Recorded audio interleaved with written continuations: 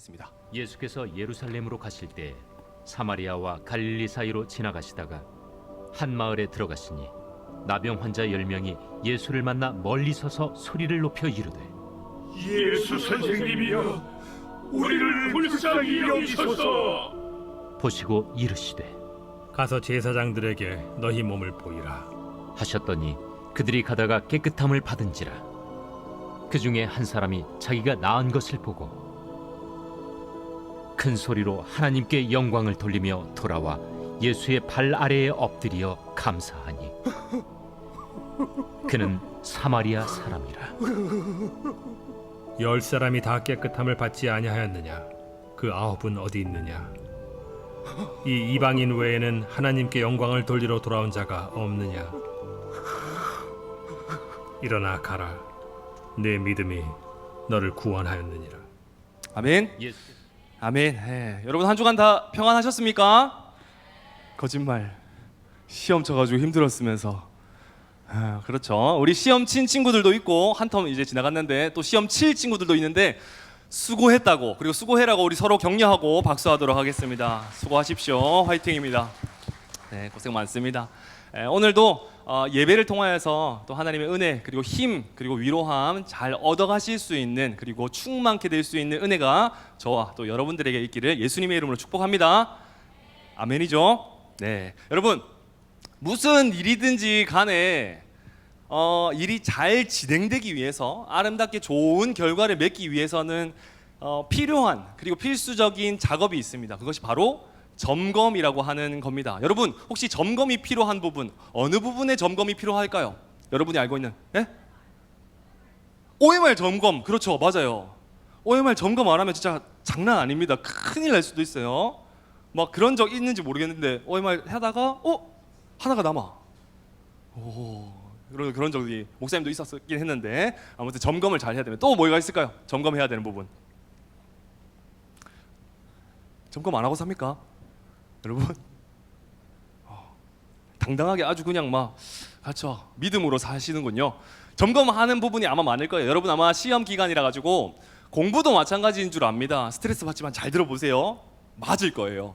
공부도 여러분이 공부 분량이 어느 정도인지, 그리고 내가 이 부분을 잘 알고 있는지 모르는 부분인지를 오답 노트를 하고, 물론 안 해도 성적은 좋을 수도 있지만 내가 어느 정도 공부했는지, 그리고 어느 부분이 부족한지를 분명하게 자기가 인지하거나 점검하게 될 때 좋은 결과를 얻을 수 있는 가능성이 높아지곤 합니다. 뿐만 아니라 우리 또 뭐 가스 검침도 그렇잖아요. 가스 점검, 우리 여성 집사님들은 잘 아시겠지만 가스 점검 항상 옵니다. 목사님한테 전화 와가지고 집에 있습니까? 가도 됩니까? 뭐 이렇게 해가지고 막 찾아오곤 하는데, 그리고 우리 남성 집사님들 같은 경우는 자동차도 항상 주기가 되면 이렇게 고치고 또 점검을 받아야만 합니다. 그리고 여러분들 다 해당하겠지만 외모 체크 해야 되지 않겠습니까? 얼굴을 또 봐야 되잖아요. 여러분들의 얼굴이 어떠한지를 좀 잘 보고, 어떤지, 여러분의 원숭이라는 뜻은 아니에요. 귀여워서 한 겁니다. 얼굴도 체크하고 내 오늘 상태가 좀 괜찮은지, 목사님도 뭐 잘생기고 못생기고 떠나서 내가 꾸며야 되잖아요. 꾸미고 또 괜찮은지, 상대방한테 피해가 되진 않은지. 목사님 뭐 설교하고 있는데 코피가 줄줄 흐르고 콧물이 줄줄 흐르고 막 이게 흰색깔 버짐이 벅 펴져 있다고 하면 예배에 집중이 되겠습니까? 사진 찍어서 또 올릴 거잖아. 그렇죠? 여러분 외모에도 우리가 관리하고 점검하곤 합니다. 그리고 뿐만 아니라 몸으로도 우리가 점검하기도 하죠. 운동선수도 같은 경우는 개체량 체크, 혹은 축구선수 같은 경우는 메디컬 체크라고 해서 몸을 점검하는 작업을 하지 않으면 자신이 원하는 부분, 그리고 준비하고 또 연습했던 부분들을 활용하지 못할 때가, 불상사가 일어나곤 합니다. 그만큼 우리 점검하는 것은 가장 중요하다라는 것을 목사님이 이야기해주고 싶은 것입니다. 여러분 오늘은 맥주 감사 주일이라고 불리는 주일로 함께 예배를 드립니다. 6월 6개월이 다 지나가고 이제 7월 첫 주, 하반기의 첫 시작하는 기간이 바로 맥주 감사 주일이라고 하는데, 맥주 감사 주일 하면 항상 이렇게 이야기하는 애들도 있어요. 특히 남자애들, 맥주 아니에요 맥주? 뭐 이렇게 하는 애들이 있는데, 맥주라고 하는 뜻은 이겁니다. 어떤 뜻이냐면 처음 익은 곡식을 거두어서 하나님께 감사하는 절기입니다. 보림에게 주수할 추를 써서 이스라엘 당시에 보리 그리고 밀을 처음으로 소산물, 처음으로 얻은 곡식들을 에 대해서 하나님께 감사했던 절기, 그게 바로 맥주절. 여러분, 처음 것은요 아주 소중하잖아요. 첫 월급도 소중하고, 첫 꼴도 소중하고, 첫 데뷔도 소중하고, 첫 소산물을 하나님께 드리고 감사한다라고 하는 것은 전체 다를 드린다라고 하는 의미를 가지고 있습니다. 그리고 목사님 이렇게 표현할 수 있을 것 같습니다. 맥주 감사주일은 감사 알람 시계와 같다. 뭐와 같다? 감사 알람 시계와 같다라는 거예요.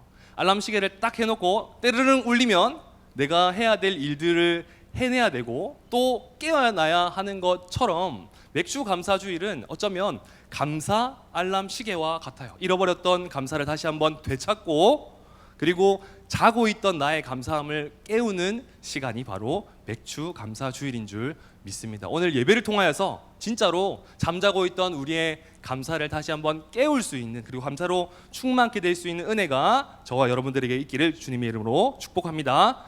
아멘. 자, 여러분, 오늘 말씀을 보면 이런 내용이 나옵니다. 예수님께서 성경을 보시다 보면 가르치시고 전파하시고 고치신 사역들이 참 많이 일어나게 됩니다.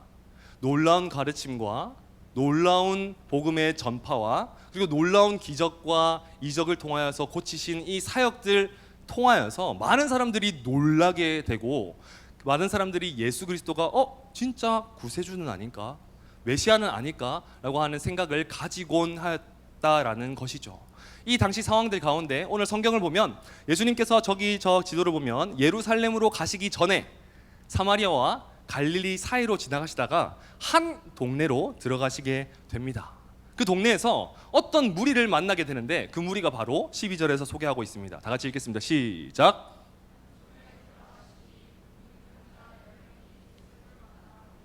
여러분, 문둥병자 들어봤습니까? 성경에는 참 많이 나오는데 문둥병자라고 하는 것은 개역개정으로 따지 이렇게 번역이 되면 나병 환자라고 합니다. 그러니까 오늘날 의학적인 용어로는 한센병이라고도 합니다. 같은 용어예요. 한센병, 나병, 그리고 문둥병.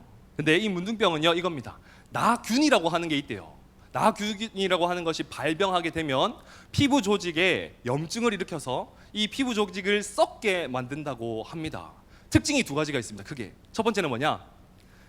신체의 말단 부분, 끝 부분이 떨어져 나가는 거예요. 뭐겠어요? 코끝, 귀끝, 손끝, 발끝. 모든 말단 부분이 썩어져서 떨어져 나가는 거예요.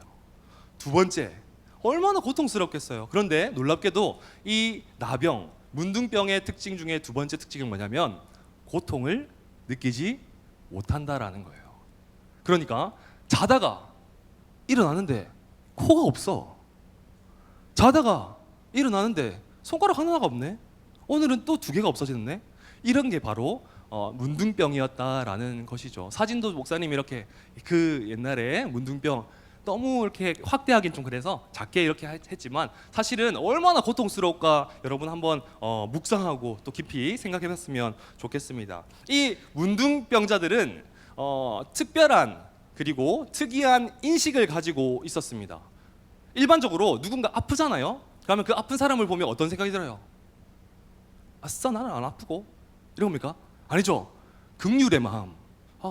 진짜 힘들겠다. 얼마나 아플까? 얼마나 힘들었을까? 이런 마음들이 들잖아요. 그런데 이 문둥병, 성경에서 문둥병이라고 하는 이 사람들을 볼 때 시각들은 부정적인 시각이었습니다. 더러워하는 시각들이었다라는 거죠. 왜냐하면 이것은 육체적인 질병이 아니라 영적인 질병으로 그들이 사회적으로 인식했기 때문입니다. 즉, 쉽게 말해서 이들이 하나님 앞에서 범죄를 저질렀거나 더러운 것들을 행했기 때문에 하나님께 저주를 받은 자들이다. 그러니 그들은 더러워해도 되고 때려도 마땅한 존재들이다, 부정한 존재들이다라고 인식적으로 알고 있었다라는 것입니다. 그래서 레위기서는 이 문둥병자들이 해야 될, 만약에 여러분들이 만약에요, 저와 여러분들이 문둥병자라고 한번 생각해 보세요. 그러면 이 당시에 문둥병자였으면 이렇게 행동해야 됐어요. 옷을 찢고 머리를 풀어 헤치면서, 머리를 풀어 헤치는 것은 내가 병이 있다, 내가 더러운 사람이다라는 것을 의미하는 거예요. 엉망진창으로 머리를 풀어 헤치고 윗입술을 가립니다. 왜냐하면 윗 말단 입술도 떨어지고 막 함몰되기 때문이죠. 그래서 윗입술을 가리고 외치기를 부정하다, 부정하다. 여러분, 저는 부정한 사람입니다, 저 더럽고 추악한 사람입니다 라고 말해야만 했던 사람들이 바로 문둥병자였다라는 사실이죠. 육체적인 질병이 아니라 영적인 질병으로 알고 있었기 때문에 이들은 외적으로도 고통을 받고 있었지만 내면적으로도 굉장히 큰 극심한 고통을 가지고 있었던 사람들이다라는 것을 우리가 알 수 있습니다. 그런데 놀랍게도 오늘 본문을 보면 문둥병자들의 이 태도를 통하여서 우리가 이 맥주 감사 주일 가운데 믿음의 반응, 믿음의 도전을 얻을 수 있다라는 사실입니다. 세 가지의 태도를 우리가 집중하기를 소망하는데, 우리가 주목해야 할 문둥병자들의 첫 번째 행동, 다 같이 읽겠습니다. 시작. 간구했습니다. 13절도 다 같이 읽겠습니다. 시작.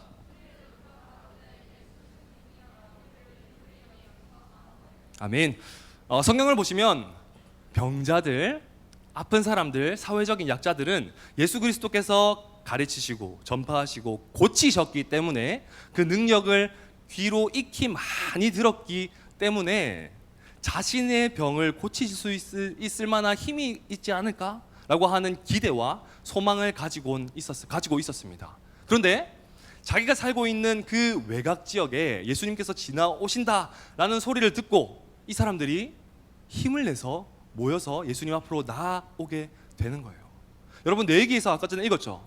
사람들 앞에 나갈 수도 없고요, 사람들과 대화할 수도 없고, 사람들 눈도 똑바로 쳐다볼 수 없는 이들이 예수님이 온다라고 하는 사실, 내가 혹시나 구원받거나 죄로부터 구원받거나 또 육체적인 질병으로부터 다시 한번 깨끗함을 얻을 수 있지는 않을까라고 하는 희망을 가지고 이들이 예수님 앞에 나왔다라는 거죠. 그리고 우리가 주목해야 될 것, 성경에서 선생님이여 라고 하는 이 단어입니다.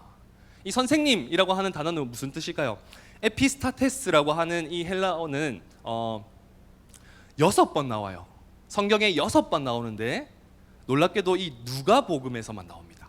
누가복음에서는 나오는 6번의 단어, 선생님, 에피스타테스라고 하는 단어입니다.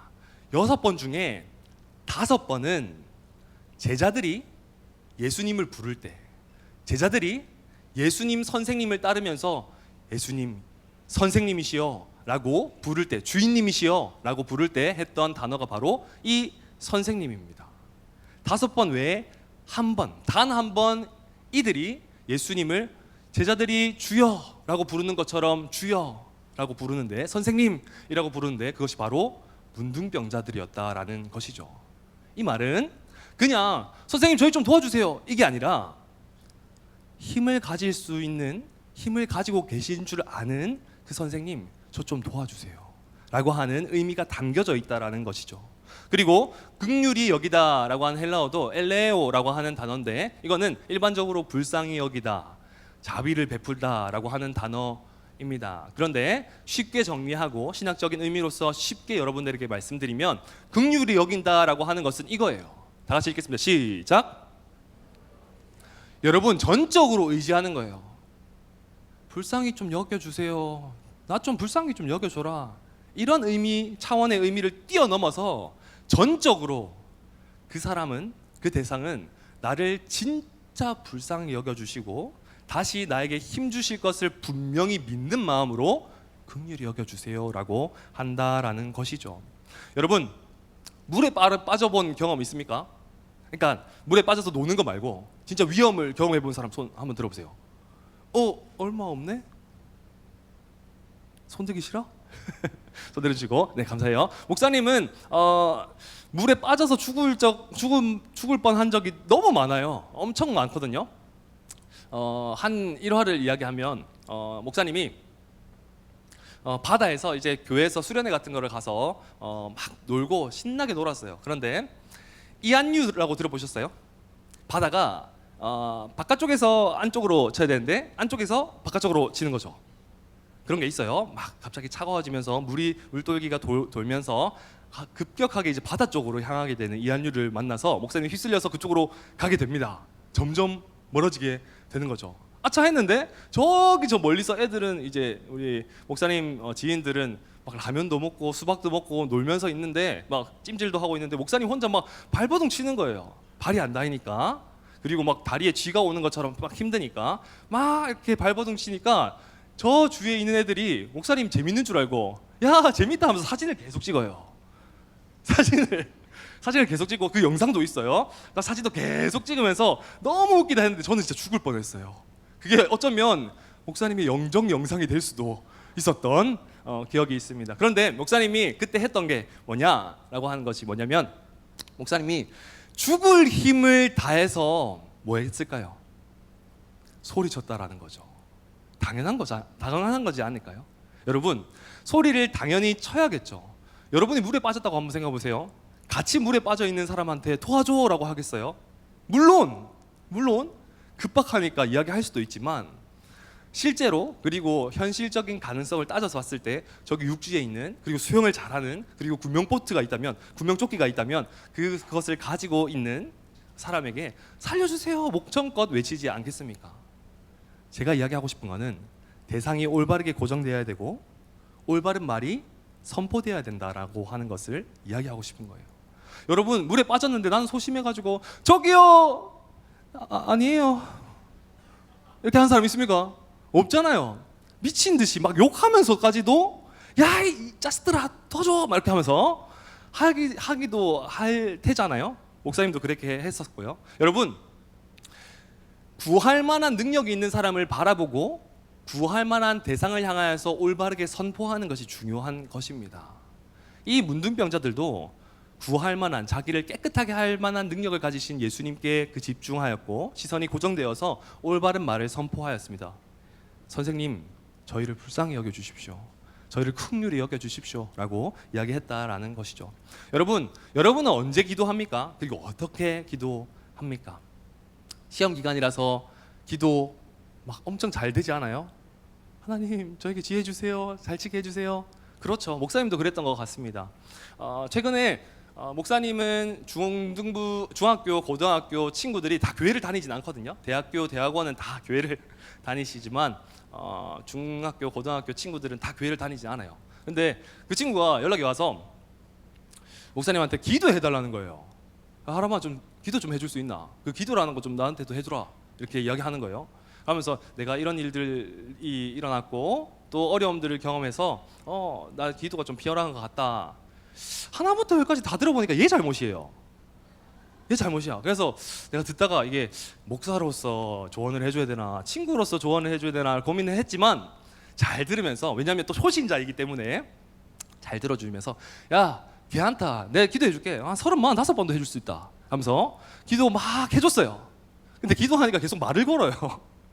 전화로 기도를 하니까 야 안 끝나나?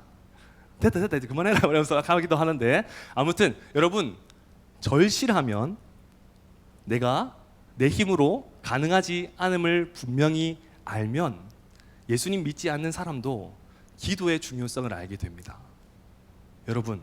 여러분이 기도하는 기도는 어디에 머물러 있습니까? 언제? 어떻게 기도합니까? 때로는 우리의 힘과 또 우리의 자랑을 위해서 기도하지는 않습니까? 그런 걸 잘 점검할 필요가 있다라는 것이죠. 하나님 저 이렇게 해주면 성격 잘 받게 해주면 제가 이제 한 번도 안 빠지고 잘 올게요. 여러분 기도는 거래가 아니에요. 기도는 겸손한 간구인 것을 꼭 기억하는 여러분 되셨으면 좋겠습니다. 하나님 저를 진짜 긍휼히 여겨주세요. 하나님 이 시험 기간 가운데 지혜와 명철 허락하여 주시되 제가 최선을 다할 수 있도록 다른 무엇인가에 의해서 흔들리거나 무너지지 않도록 내 마음 잘 지킬 수 있도록 도와주세요. 나를 불쌍히 여겨주세요 라고 하는 기도가 오늘 본문을 통해서 우리가 도전받을 수 있는 기도라는 것을 꼭 기억하여서 앞으로 여러분의 기도 제목들 가운데 앞으로 기도할 일이 참 많이 있을 거예요. 기도할 때 이렇게 기도해 보세요. 하나님 긍휼히 여겨주세요. 하나님 저 좀 불쌍히 좀 여겨주세요. 하나님 없으면 안 돼요. 하나님 힘 주셔야지만 제가 살 수 있어요 라는 겸손의 간구로 기도할 수 있는, 그리고 그 기도의 응답을 통하여서 하나님의 복을 널리 누리고 살아갈 수 있는 저와 여러분 되기를 예수님의 이름으로 축복합니다. 아멘. 두 번째 넘어갈게요. 두 번째 다 같이 읽겠습니다. 시작. 네, 우리 14절 말씀도 읽겠습니다. 시작.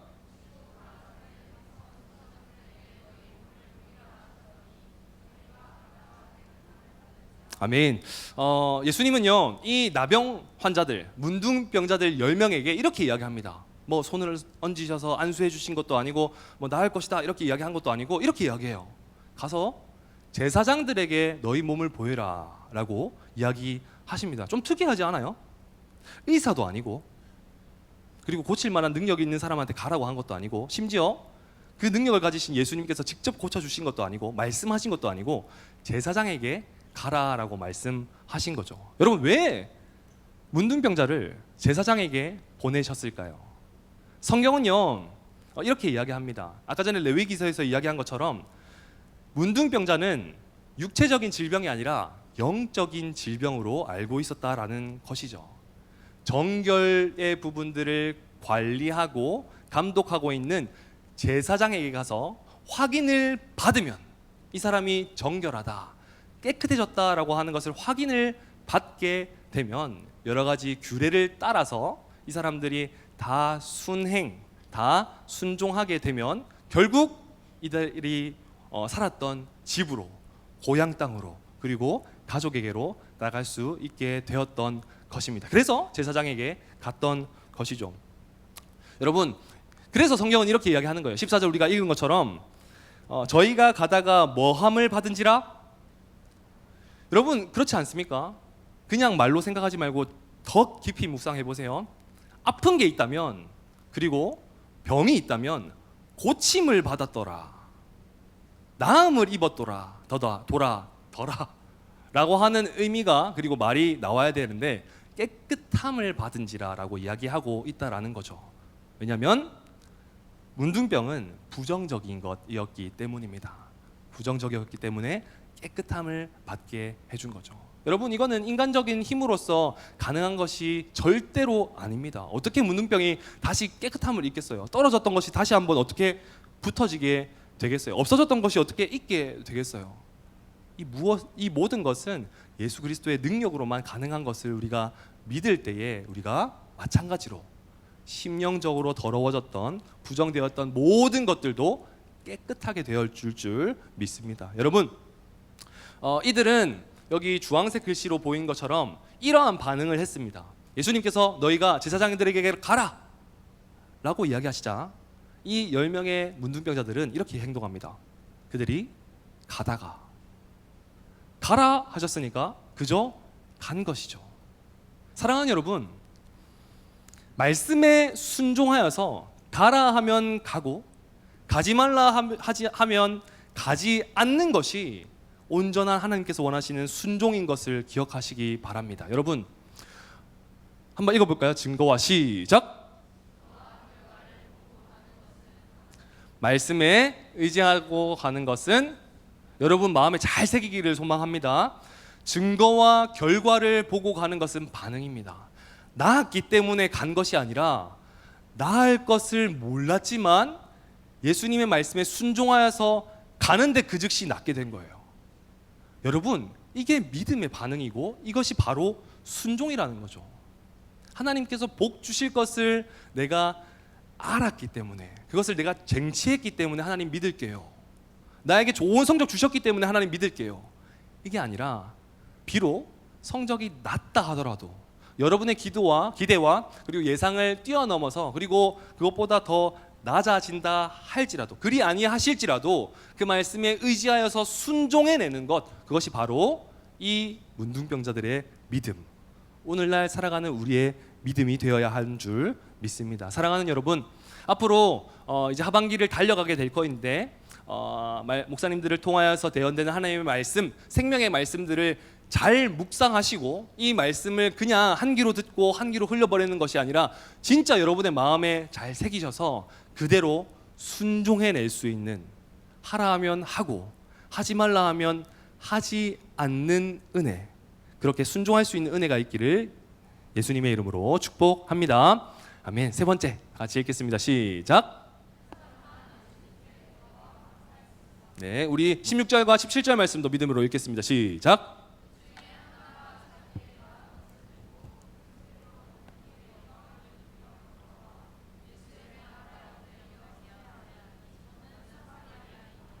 아멘.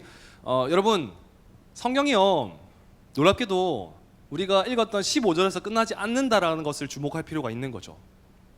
간구했더니 하나님께서 고쳐주셨다. 간구하고 순종하였더니 하나님께서 깔끔하게 깨끗하게 치료하여 주셨다. 해피엔딩이죠. 그런데 성경은 계속해서 이야기를 이어갑니다. 어떻게 이야기하죠? 10명 중에 9명은 다 가고 한 사람만 그 자리를 돌이켜서 예수님에게로 다가옵니다. 하나님께 영광을 돌리고 돌아와서 예수님께 엎드려서 사례합니다. 사례라고 하는 것은 감사하다라고 하는 뜻이죠. 그리고 더 놀라운 것은 이는 유대인이 아니라, 예수님을 잘 믿는다고 고백하였던 유대인이 아니라 이방인 사마리아인이었다라는 거죠. 자격 없고 쓸모 없고 부족하고 연약한 이 사람이 했던 행동에 예수님께서 감동을 받으시고 복을 허락하셨다라는 것을 우리가 주목할 필요가 있다라는 것이죠. 예수님이 이렇게 이야기하십니다. 그 9은 어디 있느냐? 그 9은 어디 있느냐? 사랑하는 여러분, 우리가 9이 아니라 한 사람이 되기를 축복합니다. 할렐루야. 9이 아니라 한 사람이 되기를 축복합니다. 할렐루야. 아멘이죠. 여러분, 감사함으로써 돌아와서 살해하였던 이 한 사람을 향하여서 예수님은 더 놀라운 축복을 허락하십니다. 너에게 이르시되 일어나 가라, 내 믿음이 너를 구원하였느니라 하시더라. 믿으십니까? 여러분, 감사는요 구원의 조건이 되지는 않습니다. 그러나 감사는 예수님과 더 깊은 관계로 초청합니다. 왜냐하면 감사는요 거래가 아니기 때문이에요. 한번 따라해 보세요. 거래가 아니라 관계다. 여러분, 감사는요 관계예요. 감사할수록, 하면 할수록 예수님과의 관계가 더 가까워질 수 있다라는 것을 꼭 기억하시는 여러분 되시기를 축복합니다. 감사라고 하는 한자도 보면 이렇게 돼 있어요. 느낄 감에 살해할 사. 풀이하자면, 목사님이 풀이하자면 이렇게 풀이할 수 있을 것 같습니다. 느끼는 것으로 끝나는 것이 아니라 감사하는 것, 살해하는 것까지가 감사다. 조금 더 깊게 볼까요? 살해할 사를 한번 주목해 보세요. 살해할 사는요 이 두 가지 한자가 합성되어 있는 한자입니다. 곧 말씀엄과 쏠사입니다. 즉 한번 읽어볼까요? 시작.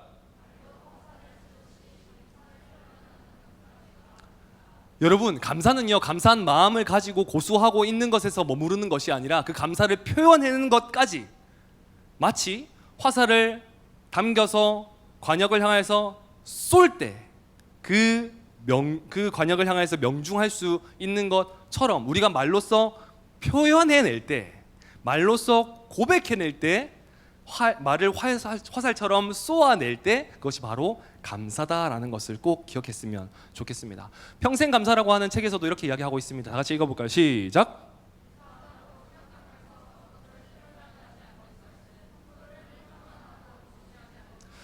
여러분, 선물 싫어하는 사람이 어디 있겠습니까? 다 좋아하죠. 그리고 언박싱 너무 재미지 않습니까? 여러분, 근데 아주 귀한 선물을 목사님이 여러분들에게 각자 만약이에요 선물했다고 생각해 보세요.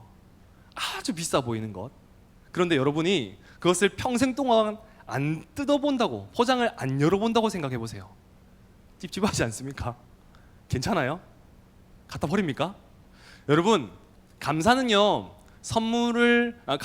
표현하지 않으면 선물을 포장만 하고 주지 않는 것과 같은 것입니다. 감사를 언박싱해 내는 것은 감사를 표현할 때 가능하다라는 것을 꼭 기억했으면 좋겠습니다. 더 나아가서 생각해 볼까요? 여러분, 예수님께서 그리고 하나님께서 주시는 선물이 여러분들에게 충만히 이루어질 줄 믿습니다.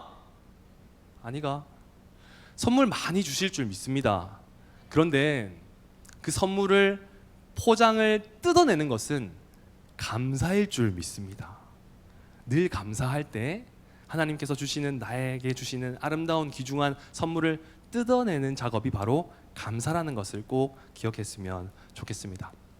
목사님이 이제 친구들과 이렇게 소통하면서 이야기하고 하다가 고민 상담 그리고 신방을 하다가 이런 대화를 한 적이 있습니다. 야, 너 요새 좀 힘들진 않나? 이렇게 하니까 목사님, 안 그래도 저 학년이 한 학년 올라가니까 좀 많이 힘든 것 같아요. 친구와 함께도 이렇게 힘들 때도 있고 또 가정에서도 이렇게 여러 가지 어려움도 만나게 돼서 많이 힘들곤 합니다. 그래서 목사님 물어봤어요. 그러면 너 해소할 수 있는, 해결할 수 있는, 그리고 스트레스를 풀 수 있는 어떤 방법은 있어? 라고 물어보니까 이렇게 답하더라고요. 이렇게 학교에서요, 친구들이랑 떠들면서 웃다가도 괜찮아지고요. 하교할 때 집 앞 세이클로바가 엄청 많은 것 보고 오면 기분이 더 좋아져요. 그리고 밤에 학원 마치고 집 돌아올 때 술 먹고 왔는지 오타가 엄청 많긴 하는데 노래 들으면서 창밖 볼 때도 괜찮아져요. 밤에는 집에 와서 노트북으로 기분 좋아지는 노래 들으면서 다이어리 적거나 별 접어요. 별 접어요? 별, 학도 아니고 별 접으면 기분이 좋아져요. 저는 자고 일어나면 다 리셋됩니다. 그래서 목사님이 두 글자로 요약해 줬어요. 낭만. 이게 낭만이지 않을까. 여러분, 목사님 이거 보면서 굉장히 은혜를 받았어요. 왜냐면 목사님 진짜 힘들었거든요, 그때. 사실 목사님 신방을 너무 많이 하고 또 일이 너무 많아가지고 사실 목사님이 제일 힘들었어요. 근데 이 친구가 목사님 괜찮아요. 저 행복해요. 목사님도 괜찮으시죠? 약간 이렇게 위로하는 것 같은 거예요. 여러분, 사소한 것이라도 사물들을 어떻게 바라보고 어떤 마음을 품고 있는지를 잘 점검하시기를 축복합니다. 그저 창밖을 볼 때, 친구들이랑 떠들 때, 세이클로를 볼 때 아무 감흥이 없는 사람이 있는 반면에 이 친구는 아주 좋아 죽습니다. 행복해요. 감사합니다. 그래서 실제로 목사님한테 저렇게 이렇게 사진을 찍어서 보내세요. 찍어서 뭐야? 하니까 목사님 오늘도 세이클로바 땄어요.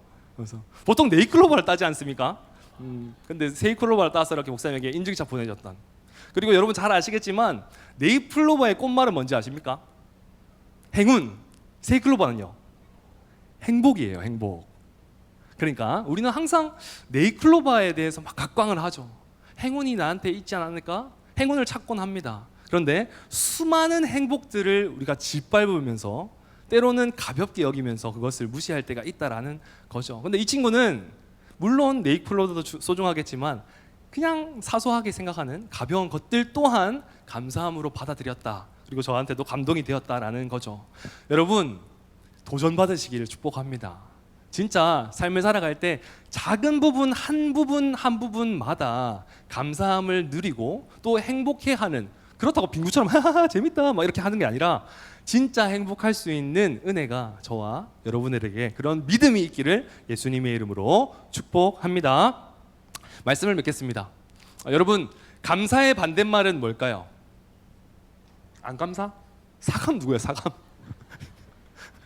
중두부스럽네. 감사의 반대말은 뭘까요?